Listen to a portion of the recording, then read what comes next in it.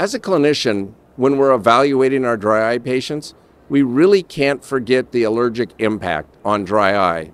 I've always said if somebody has allergies, they're going to have a better chance of having dry eye. And if you have dry eyes, you're more likely to have allergies. There's probably a 40 to 50% crossover with allergies and dry eye. So you have to evaluate, you have to consider therapeutic treatment of those allergies because the eye doesn't care where the inflammation is coming from. Inflammation is inflammation, and inflammation begets more inflammation. So if there's an allergic component, treat it, jump in, that patient will respond very, very positively to that. When I see patients that are asymptomatic with ocular surface disease and dry eye syndrome, I start to plant seeds. I start to ask and probe a little deeper because a lot of times they don't know they're symptomatic when they really are. They'll have symptoms like fluctuating vision, blur after reading, things that they might contribute to other diseases of their eye like cataracts or not needing a different glasses prescription, when really the underlying problem is ocular surface disease. Educating patients that have dry eye symptoms, but it was unexpected to them, is definitely a challenge. But we now have the tools to be able to do that. I think of dry eye like a puzzle. There's a lot of pieces to it, and we have some great tests. One of those tests is measurement of MMP9 or inflammatory.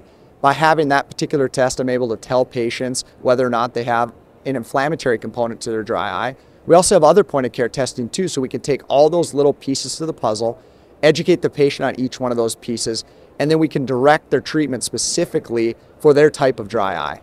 So dry eye is multifactorial, it's very complex, right? So in a dry eye clinic, we have a lot of patients that present who are obviously symptomatic. We still do a lot of testing to look at all the different variables, including inflammatory in both eyes, to look at that. And we also do this test in patients as a baseline who are even asymptomatic.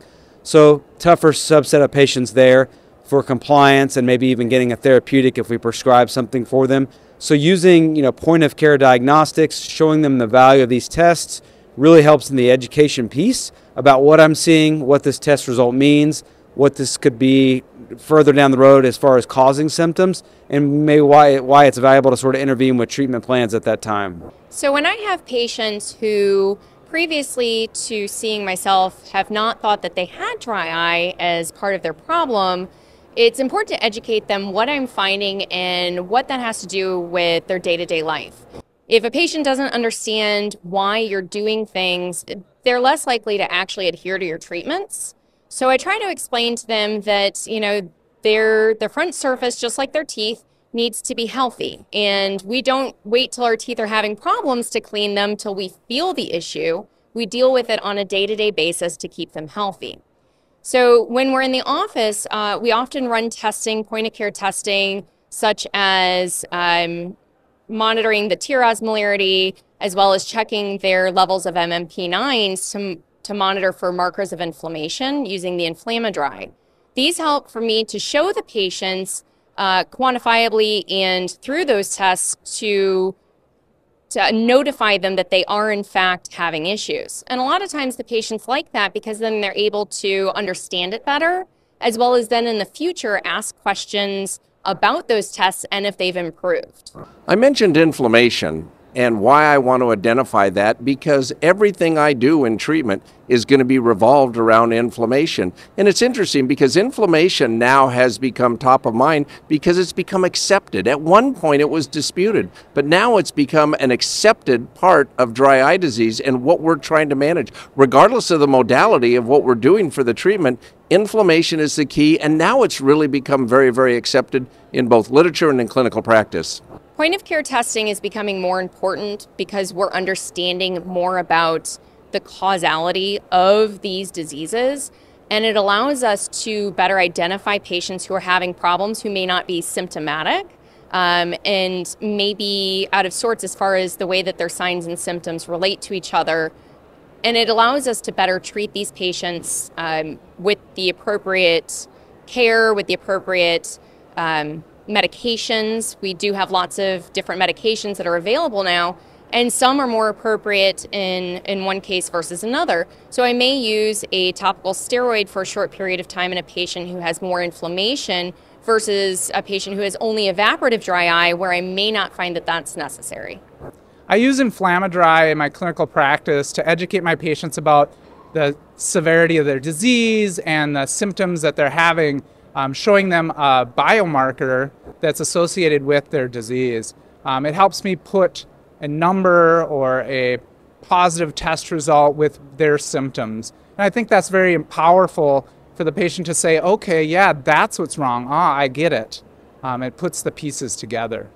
So, dry eye is very complex. There's a lot of comorbidities, numerous causes of this. So we want to get as much diagnostic data as possible to really help us give us our differential diagnosis of what's causing most of this. So point of care diagnostics have been a great treatment or sort of adjunct diagnostic for us to look at the whole picture and see what's going on. MMP9s, inflammation, different pieces of the puzzle here to look and see if inflammation is playing into this. The more education we can tell our patients, diagnose them, to give them more awareness about what's going on, help us as clinicians to look at this. Is there inflammation present? Is it not there? Do we look other avenues there? The more pieces of the puzzle and information we have, it just makes our decision making much easier. So I'm using Inflamadry on all our patients that come in that test positive on a speed questionnaire. These patients come in for cataract evaluations, corneal evaluations, glaucoma evaluations, and refractive evaluations with me. Many times these patients are not aware that they have dry eye, and by doing Inflamadry, I'm able to find out if they have inflammation associated with their dry eye syndrome. With that, we can gauge and decide on what treatment options are best for them. I'll typically hold on putting punctal plugs in, and I will initiate treatment to deal with the inflammation. In dry eye disease, quite often signs and symptoms do not correlate, and that becomes the value of point-of-care testing.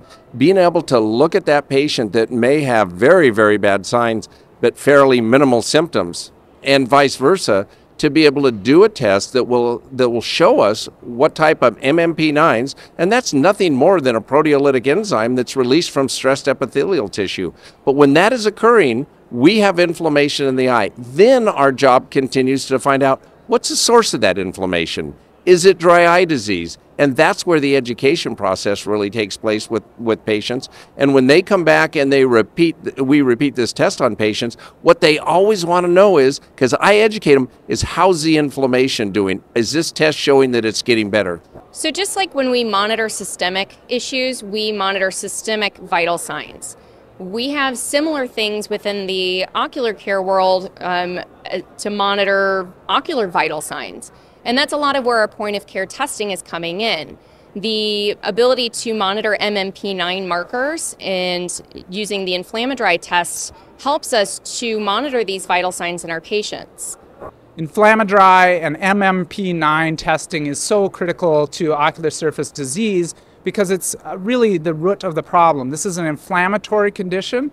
We deal so much with inflammation in the ocular surface that being able to test for it, quantify it, and see improvement after treatment has just been huge. Just like any condition or disease, we wouldn't treat diabetes without checking blood sugar. How can we treat inflammation in the eye without testing for it? And MMP9 has been around for so long, discussed in so many avenues. It's a huge part of inflammation, especially in regards to the ocular surface. When I talk about the word inflammation with our patients and my patients, it's sort of well known these days because most chronic diseases come from inflammation. May not be totally associated with eye care, or they may assume that an eye is real red and inflamed, irritated. We know sort of the root cause of aqueous deficient dry eye is really involved in inflammation. And so having a diagnostic that detects inflammation can then further help you educate these patients so they understand where inflammation plays into this. So it's been valuable to have a diagnostic that can do that. So when we think about our body, we have systemic vital signs. The nice thing is with Inflamadry, that's given us an ocular vital sign. By getting that test, we're able to determine if there's MMP9 present and if it's elevated. And if so, then we can determine, should we put a punctal plug in that patient? And if there's inflammation, we'll hold on that. It also allows us to initiate the proper treatment, typically anti-inflammatory medications, to calm down any inflammation that's present before moving forward with more therapy for their dry eye. The measuring of MMP9s has really become an ocular vital sign. And we utilize that to say, what is the health of the eye? Are we showing inflammation? Is it from allergy? Is it from dry eye disease? Is it from staph hypersensitivity? We have to first identify, is the inflammation present? Because we know from a symptom standpoint, the patient is having some type of inflammation. or some condition, we just have to identify it and then move forward. It becomes a very valuable piece in my treatment algorithm as well, because I want to see how are they responding. Are we driving down that inflammation? And if not, I have to alter my therapeutic treatment of that patient to really get the results that I'm looking for. And that gives me such key information, and the patient relies on it. And what that translates into is compliance. If a patient is feeling that their tests and their vital signs are getting better, then they're going to be more compliant with their treatment that I'm prescribing. So it's super important to make sure that before we're sending our patients to have a cataract evaluation, or before they actually have cataract surgery, that we're maximizing the front surface. We're optimizing the way it looks so that we're getting good testing. We're able to better evaluate these patients for what type of implant is going to be best for them. And if a patient doesn't have an optimized front surface, we're going to get poor quality testing, which may throw off the measurements and mean a poor outcome for surgery for these patients. The more that we are prescribing or suggesting premium IOLs to our patients, such as the EDOF or multifocal, the more we need to make sure we're optimizing that front surface, because these patients are expecting better results and they deserve better results. Before cataract and refractive surgery, it's so important that we're evaluating the patient's ocular surface. The new ASCRS guidelines, the new ASCRS guidelines have been really informative and really given us a little bit of a steerage to the ship in regards to what to do before surgery so we can set up these patients for success with their surgery.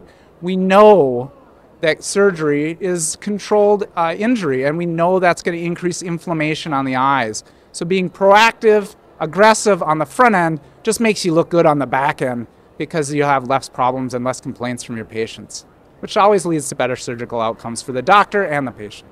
So it's really important prior to surgery with refractive surgery, LASIK, PRK, cataract surgery. We know these patients have some level of dryness typically just based on age. So if you have a cataract patient, whether it's data from Bill Trattler's study, the FACO study, or by age, number one risk factor is age. Just by that demographic, we're going to have a higher prevalence of this dry in these patients. We want to have the best outcomes possible. And so having a diagnostic to look for inflammation, to diagnose patients with dry, well, then it allows us to pre-treat prior to surgery so we get better data, better biometry, better measurements for correct calculations on IOL powers. And then when you boil it down, it's really about outcomes. We don't want patients becoming symptomatic after surgery, or thinking that we messed up and had an opportunity to basically give them better vision if we miss something by poor calculation. So it's important for comfort, for vision, just the overall outcome there. So it is imperative for optometrists to treat ocular surface disease before any type of ocular procedure, whether that be cataract surgery, corneal surgeries, glaucoma surgeries. We have to do this to get the best possible outcomes. The surgeon can do a perfect surgery, but if we didn't treat the ocular surface, their visual outcome is going to suffer. I've been utilizing the measuring of MMP9s with inflammatory since the test was first released in 2014. And the way I have integrated this into my practice is I have become just totally dependent on it. I mean, if I don't have that information, I feel like I'm going into an exam and just don't have adequate information to say, where is this patient? Where are they sitting right now, and where are they going to be after treatment? So that's why I utilize this once I've made the diagnosis to monitor the treatment as well and see what kind of improvements I'm getting, and hopefully correlate those with the patient's outcome as well. But even when the patient can't sense and they don't feel what I see, if I tell them that this inflammation is getting better through testing, they're actually very pleased that the treatment is having its efficacy. So it's really important to make sure that you have a clear treated front surface prior to surgery to improve your outcomes with these patients. It will help with comfortability throughout the healing process with surgery. It will also make sure that these patients are getting an optimized outcome with their vision. So when I test a patient for MMP9 with inflammatory and I get a positive result, it really lets me focus on inflammation. I can discuss this with the patient, say, look at this inflammation, we need to treat and address this. And it's so great when it comes back and they're feeling better, and I can say, yeah, look, your labs are better too. We're really treating the disease. It confirms the treatment, it confirms the diagnosis, It just confirms everything to the patient and to yourself that you're doing the right thing for your patients. Point of care diagnostic tests looking at MMP9 and inflammatory. We use that in both eyes at a baseline dry eye exam. And what does that give me? Well, it gives me some valuable information. It took me a while to kind of play with this in a few weeks and a few months to learn this. But if it's negative, there's no inflammation there, maybe the therapeutic they're on is working, and maybe there's something else I'm missing. Is it lag ophthalmos? Is it my meibomian gland dysfunction? Do I need to go looking other places to address their discomfort? Or if it's negative, maybe we could do punctal occlusion sooner. The life cycle of a T cell is about 90 to 110 days. We typically want to decrease inflammation and then plug them up later. If it is negative, we may do that sooner. And then also, again, if we get negative tests, maybe it's inflammation, obstruction with meibomian gland dysfunction, or sometimes we have patients on therapeutics, we do get a positive test, we may have to add adjunct corticosteroid therapy, those sort of things to really smolder down that inflammation. Some of these treatments can be episodic or more chronic, and so if inflammation's there, we adjust our algorithm and then prescribe therapeutics that allow us to deliver based on the diagnostic tests we get. I had a 50-year-old female patient come in to see me with symptoms and signs of dry eye syndrome. She'd been taking 4 times to 8 times a day artificial tears. We went ahead and put her through our traditional dry eye workup, and she came back with a positive inflammatory. It allowed me to educate her on her condition, and it allowed us to tailor her treatment to treat the inflammation, and she received relief within 1 month and was much more comfortable. We know it's a chronic condition and we're going to have to continue to treat her long term, but she'd been doing artificial tears alone for the last 3 to 12 months with really not a ton of relief. And inflammatory really helped us pinpoint and determine exactly what kind of treatment algorithm we needed to do.